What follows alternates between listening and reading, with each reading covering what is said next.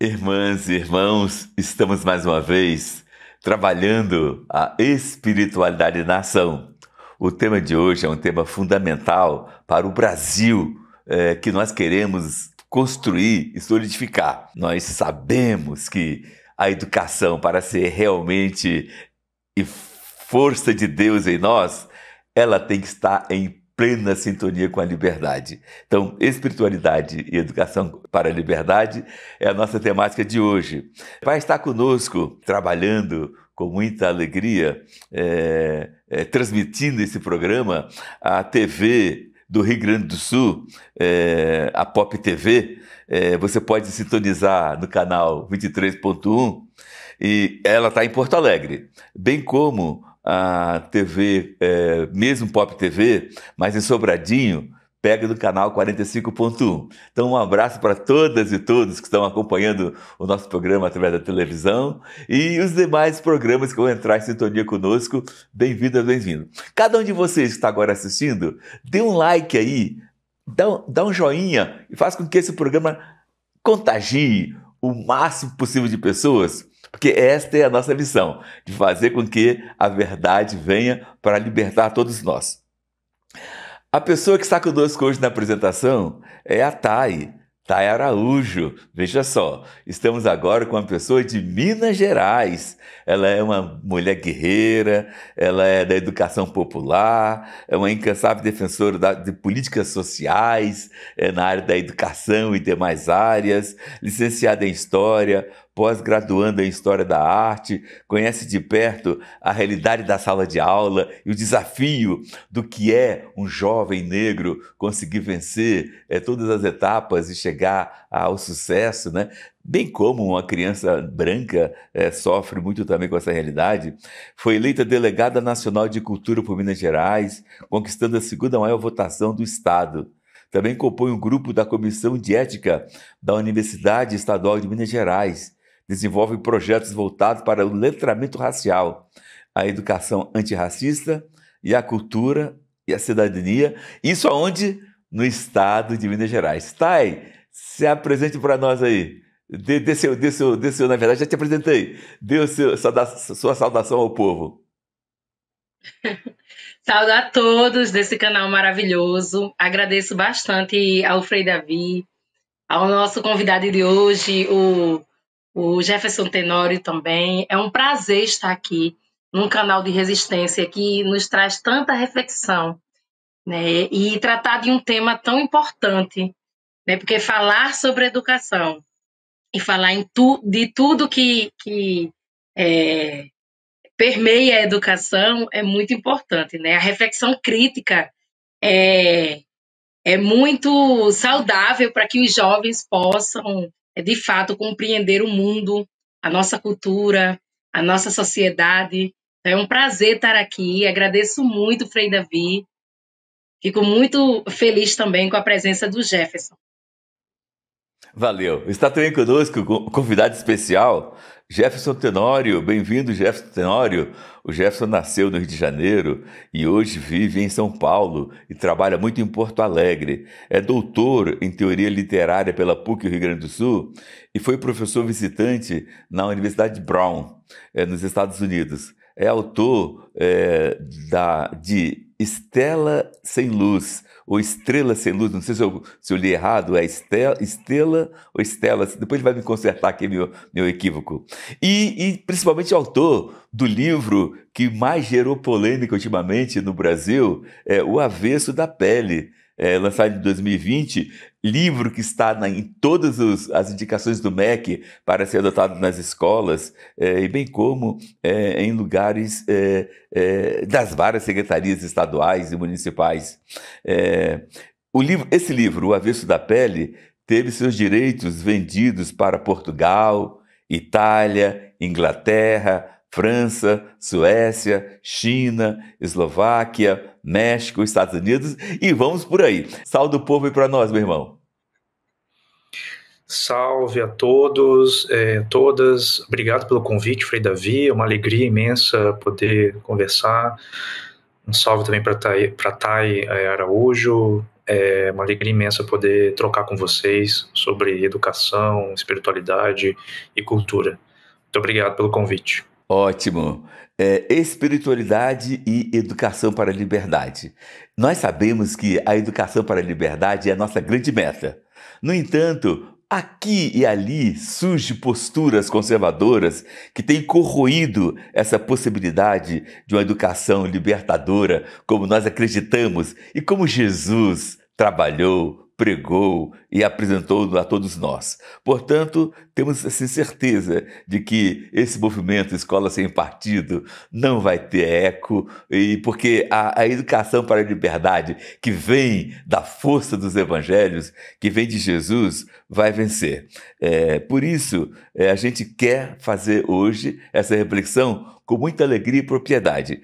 E vamos passar, antes de começar o debate, refletir um texto bíblico. O Espírito do Senhor está sobre mim, sobre você, sobre nós, porque me enviou, nos enviou para anunciar a boa nova aos pobres.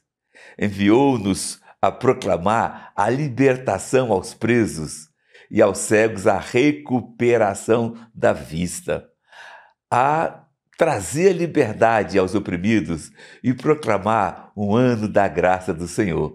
E isso está em Lucas, capítulo 4, versículo 18. E aí, essa libertação é tudo que um livro, O Avesso da Pele, tem como compromisso. Jefferson, você, com o livro O Avesso da Pele, ele foi alvo de perseguição. Você pode relatar um pouquinho essa perseguição? E, na minha opinião, essa perseguição, mesmo temporária, ela foi censura. E como é que você está vendo isso?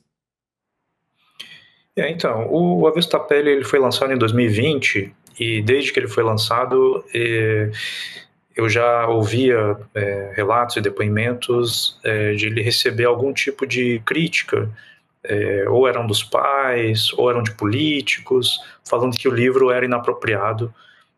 Primeiro usando o argumento que era um livro violento, que falava mal dos policiais. Depois foi acusado de ser um livro que fazia uma segregação, né, de raças, que jogava negros contra brancos. E por fim, né, em 2024, a gente teve aí o argumento que o livro seria pornográfico, portanto inapropriado para os adolescentes nas escolas. O livro foi recolhido em 3 estados, né, do Brasil: Goiás, Mato Grosso do Sul e Paraná, sobre a alegação de fazer uma nova avaliação pedagógica do livro, mas como essa atitude é inconstitucional, a minha editora entrou com uma ação pedindo a devolução, né, dos livros para as instituições, e os livros acabaram voltando cerca de 15 dias depois, né, dessa recolha. Hoje em dia os livros estão circulando, né, em todas as escolas, e claro, o que fica realmente é esse medo que foi instaurado agora na prática docente, né? Ou seja, os professores agora precisam lidar com mais essa questão que é ter que justificar por que utilizam determinados livros, né, em sala de aula. Então, a gente tem que ficar bastante atento para que eventos como esse não continuem acontecendo. Nessa linha, alguma escola particular, privada, também censurou o seu trabalho? Sim, isso aconteceu em 2022 e foi por causa dessa escola particular em Salvador que eu acabei sofrendo ameaças, né, de morte por causa do livro, e foi justamente numa escola particular, né, em que havia pais ultraconservadores que não queriam que eu fosse até a escola falar com os alunos. Jefferson, seu livro, maravilhoso, né? O Avesso da Pele. Eu estava até falando essa semana com os meus alunos que vão fazer o Enem. Ele é praticamente um grito, né? Que fala sobre esse relato, né, do jovem com seu pai. Então, ele trata das relações entre pais e filhos, faz uma crítica às relações da educação no Brasil, uma crítica bem feita, e fala também sobre o racismo e a violência policial. Porém, o que chamou mais atenção, né, dos conservadores foi justamente 2 ou 3 passagens, né, que ligadas à sexualidade. Então, como é que você vê isso, né, dentro da sua obra? O método, né, do ultraconservadorismo, do fascismo, é justamente criar, né, informações falsas, escolher, né, um inimigo comum, né, e esse inimigo ele tem que ser bem unificado, né, então ele escolhe um objeto, escolhe uma pessoa, para que você consiga unir, né, as forças do ódio e aí odiar justamente esse objeto. E no caso do Avesta Pele foi exatamente isso que aconteceu, né? Então você tem aí um grupo de políticos, né, ou de pessoas conservadoras que encontraram no Avesta Pele, né, uma forma também de conseguir um voto simbólico, né, ou seja, um valor simbólico no ataque, né, ao Avesta Pele. Por isso que eu digo que não foi exatamente, a intenção não foi exatamente de censurar o livro, mas de justamente conseguir chamar a atenção de pessoas conservadoras para atacar não só o livro, mas todas as pessoas que defendiam o livro, né? Então, a gente não está mais falando de uma censura como a gente viu lá na década de 70, em que era proibido editar livros, era proibido vender livros, né? A gente está falando agora de uma censura simbólica, mas que é talvez mais profunda e mais poderosa do que aconteceu antes, né? É muito complicado, né, Jefferson? Aqui em Minas Gerais tiveram diversas censuras e o prefeito, né, da cidade de Divinópolis achou de rasgar um livro que ele achou inadequado na porta da escola, fazendo sensacionalismo. É muito triste quando a gente vê políticos fazerem politicagem nesse nível, né? É gravíssimo, sim, é gravíssimo. Esse prefeito merecia, com certeza, o autor do livro abrir um processo contra ele. Eu espero que ele tenha essa coragem. E em qualquer lugar do Brasil onde há essa perseguição, acho que o processo jurídico é um caminho para poder a gente enfrentar esse problema. Agora, Jefferson, meu irmão, há um outro problema também que cresce no mundo inteiro e que no Brasil está também tendo essa tentativa de crescimento, que é a militarização da escola. Eles trazem um argumento de que a militarização vai combater a violência. Pessoalmente, eu não vejo isso acontecer, mas você, pessoalmente, qual é a sua visão sobre essa situação? Eu fui professor durante muitos anos, né, em escolas públicas e particulares, foram 18 anos como professor do ensino fundamental e médio. E o que as escolas militares trazem, né, é que quando você tem disciplina, você consegue um desempenho melhor, né, dos alunos.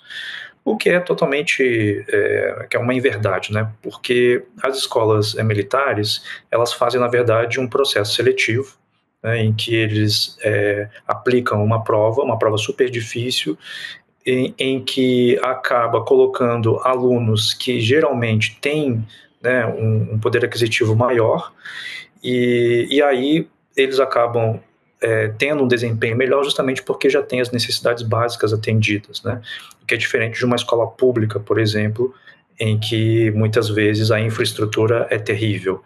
Então é uma ideia bastante, é uma grande fantasia, né? Achar que o militarismo, que esse excesso de disciplina vai fazer com que os alunos aprendam mais, né? O que vai fazer que os alunos aprendam mais é a autonomia, ser autônomo, né, do próprio conhecimento, né? É ser um curador do próprio conhecimento, e isso a gente faz aplicando Paulo Freire, por exemplo, né? E não uma cartilha militar. Faz a Eu fico pergunta. tão triste, né, com essa relação das escolas, né, essa vontade que alguns governadores estão, né, de militarizar as escolas, porque a escola cívico-militar ela é muito diferente da escola militar. E aqui, semana passada, né, na verdade, o governo de Minas Gerais trouxe esse projeto para a escola que eu trabalho e também para mais 10 escolas aqui na cidade, que é a Escola Cívico-Militar, que custa 4 vezes mais para os cofres públicos e que não paga o piso salarial da educação, mas escolhe militarizar as escolas, desrespeitando o professor, sucateando a escola e trazendo os militares dentro desse contexto. Então, assim, é bem complexo quando a gente pensa tudo isso, porque só o Paraná, né, São Paulo, Mato Grosso e agora Minas Gerais, indo contramão de tudo e indo num projeto, né, que é inconstitucional. 2023, o presidente colocou que é inconstitucional e a gente ainda está recebendo projetos assim. Eu fico extremamente triste em relação a tudo isso, né? Recentemente, né, o governo Zema também, né, enviou um pacote de proposta para o Legislativo. São 2 projetos de leis aqui em Minas Gerais, né, que parece querer oferecer uma federalização, mas o governo federal já disse que não tem interesse. Na verdade, eu acho que o secretário de Educação ele quer entregar, de fato, a UENG, né, a Universidade do Estado, diante desse projeto todo que privatiza, porque ele está querendo entregar alguns imóveis, né, e entre eles está o Palácio das Artes, está também a própria UENG, fora as privatizações, né, da CEMIG, da Copasa, enfim.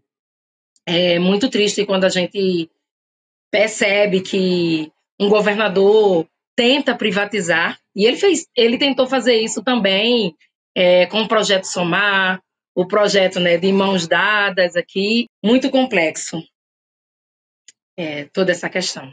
Jefferson, veja só, a educação é algo muito nobre.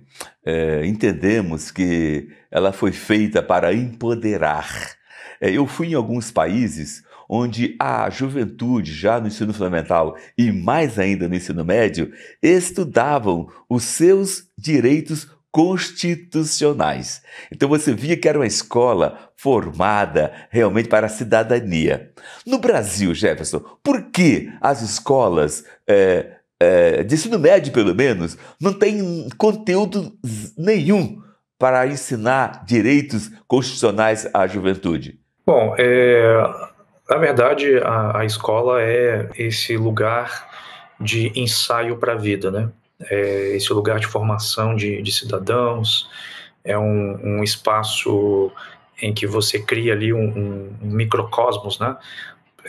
E que vai, digamos, preparar, né, essas crianças e adolescentes para o convívio em sociedade. E, ao mesmo tempo, é a vida acontecendo já, né, na escola. Então, é uma preparação, mas, ao mesmo tempo, é a vida acontecendo.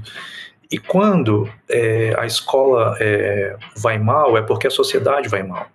Né? Se a escola não vê uma importância, né, de ensinar justamente os direitos constitucionais, é porque a sociedade também enxerga dessa forma. Né? Então a gente está vendo aí, na verdade, um grande reflexo do que acontece na sociedade. Me parece também que a gente cria talvez um peso muito grande, né, para a escola carregar, que é formar leitores, formar cidadãos, né? Se os índices de educação vão mal, a culpa é do professor, né? Então tem todo aí um processo também de descredibilização, né, do ambiente escolar, e que, por outro lado, também é como se fosse um projeto também, né? A gente tem um projeto de precarização do ensino, que é um projeto histórico, né, de muitos anos, e que a gente não consegue resolver de maneira fácil, né? Desconfie sempre de quem tem respostas fáceis, né, para a educação, porque a gente vive num país muito complexo, com muitas realidades diferentes. Então, me parece que o professor muitas vezes tenta fazer, né, o seu trabalho, tenta fazer essa formação, né, de cidadania, mas ele esbarra em outras questões, às vezes questões de infraestrutura, questões básicas, né, e não consegue fazer, de fato, o que tem que ser feito, né, que é formar bons cidadãos. Quero lembrar a vocês que nosso programa Espiritualidade e Nação está sempre com vocês, às sextas-feiras, às 20 horas, e ele é repetido todo domingo às 11h30, após a missa do Padre Júlio Lancelotti, que também é transmitida pelo ICL. O ICL é uma proposta nova de comunicação alternativa, convicta na sua postura de esquerda. Todos nós do ICL estamos abraçando a campanha. Nós somos 99% e queremos fazer valer nossos direitos. 1% não pode massacrar e desviar os direitos nossos, que somos 99%. Assine aqui abaixo o link e você vai participar dessa campanha. Vamos estar juntos. Quero muito agradecer a estar aqui com duas pessoas tão potentes. Agradeço demais o Frei teve no meu canal, quando o meu canal ainda estava começando. E todo o incentivo que sempre tive do Frei Davi. Deixo aqui meu agradecimento, assim, profundo. Convido a vocês também a conhecerem o meu canal, o canal Thay Araújo, tá? E seguimos em frente com firmeza, com ternura, com educação e com muita resistência. Quero agradecer demais ao Jefferson, porque toda a escrita dele ajuda aos jovens, né, a trazer um repertório cultural ainda melhor, né? E também é resistência. Seu livro é resistência. Nossos estudantes estão aqui essa semana lendo ele para uma roda de conversa. Muito obrigada, Jefferson, por trazer essa potência. Obrigado, Frei Davi. Obrigada a todos que nos assistiram até agora. E sigam o nosso canal, né? Canal Thay Araújo. Obrigada por esse espaço, né, aqui no ICL, nesse canal maravilhoso, Espiritualidade do Frei Davi. Gratidão, gente. Isso. Jefferson, antes da sua mensagem final, você pode também falar para nós um pouquinho do seguinte: essa história do IOF tem trazido e vai trazer muitos problemas para a educação, porque com certeza vai cortar mais ainda o dinheiro da educação.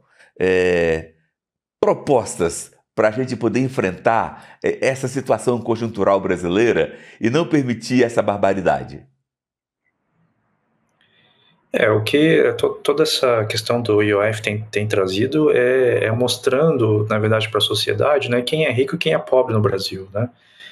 Pesquisas recentemente mostram que pelo menos 25% da população brasileira ganha em torno de R$700. 25% da população brasileira é muita gente. E que 90% da população ganha até R$5.000.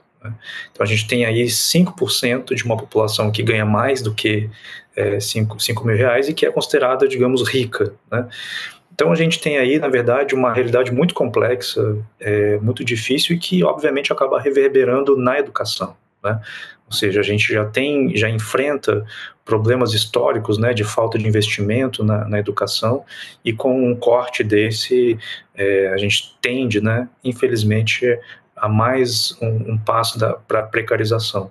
E o que a gente tem que fazer, né, e é o que o povo negro sempre fez, né, é se organizar politicamente, lembrar na hora de votar em quem votar, né, pensar bem nas propostas, porque eu acho que a única forma que a gente tem de mudar mesmo é através da luta e da política, né? Ou seja, dessa consciência social e também política.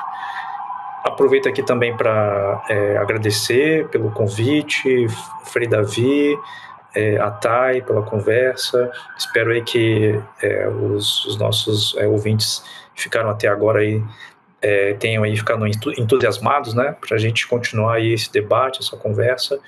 E espiritualidade na vida aliada à educação e ao conhecimento nos torna mais completos, né? Então, muito obrigado aí por esse momento.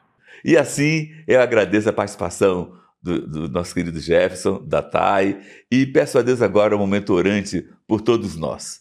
Senhor nosso Deus, que bom, Pai, mais um programa Espiritualidade na Ação, que trabalhou com firmeza espiritualidade e educação voltada para a liberdade, para a afirmação de direitos. É impossível, Pai querido, uma educação ser verdadeira se não estiver em plena sintonia com as propostas de Jesus Cristo. Abençoai, Pai querido, todas as pessoas que participam desse programa. Abençoai especialmente aquelas e aqueles que precisam de nossas orações. Pai, quantas pessoas estão sofrendo porque 99% somos nós, os pobres, e somos massacrados por 1% dos ricos que querem dominar através da Câmara, através da justiça e outras ferramentas da sociedade brasileira, querem oprimir o povo negro. Pai querido, em Minas Gerais foram desviados 460 cartórios que deveriam estar no concurso público, tiraram do concurso público e deram para amigos, parentes e grupo. Inclusive o próprio Zama participou dessa trama nojenta e desonesta. Graças a Deus, a Educafro e outras pessoas entramos na justiça contra o Tribunal de Justiça de Minas Gerais e ganhamos. O Tribunal de Justiça de Minas Gerais é obrigado a devolver para o concurso público 460 cartórios que haviam sido desviados para pessoas particulares. Pai querido, tudo isso é espiritualidade da nação. A gente não vive a espiritualidade se não tivermos ação em busca e na direção da justiça do bem melhor que tanto desejamos. Por isso, Pai, aos participantes desse programa, aqui nos estúdios, bem como aos participantes em casa, eu desejo que a bênção do Senhor, Pai, Filho e Espírito Santo esteja com todos vocês e permaneça para sempre. Amém. Olha só, eu aqui no reino dos livros. Há mais de 150 anos, o poeta Castro Alves recomendava: bendito que semeia livros, livros a mancheia. O livro caindo na alma é germe que faz a palma, é chuva que faz o mar do conhecimento, o conhecimento que liberta. ICL, Instituto Conhecimento Liberta. E agora a gente tem uma lojinha de livros para você, livros à mancheia, livros de alta qualidade que te ajudam a pensar. Venha buscar os nossos livros agora, abrindo a nossa lojinha de livros, souicl.com.br. Vamos pegar os livros à mancheia.